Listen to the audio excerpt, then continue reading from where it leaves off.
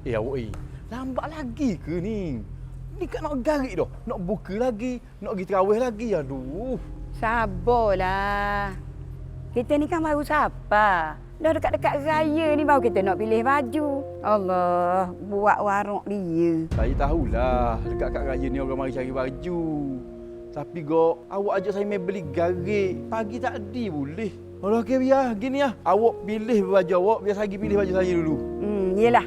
Gigi.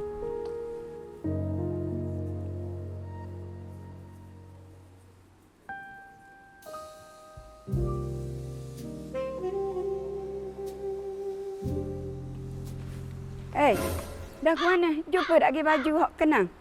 Kejap lah. Saya ada dah tengok kenang mata kan. Kejap tadi dia kot kata nak derah. Oh, tak apalah. Kejap lah.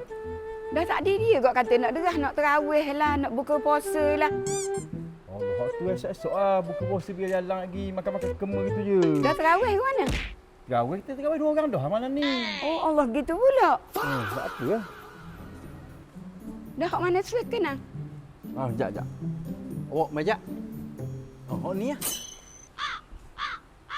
Oh, comel sungguh.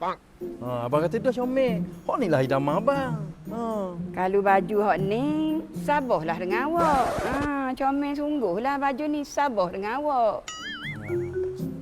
Lepas tu, betul lah salah ni banyak pilihan tau. Ke kita tidur sini? Buat apa pula nak tidur sini? Balik. Dia bayar dulu, yang balik lagi. Balik.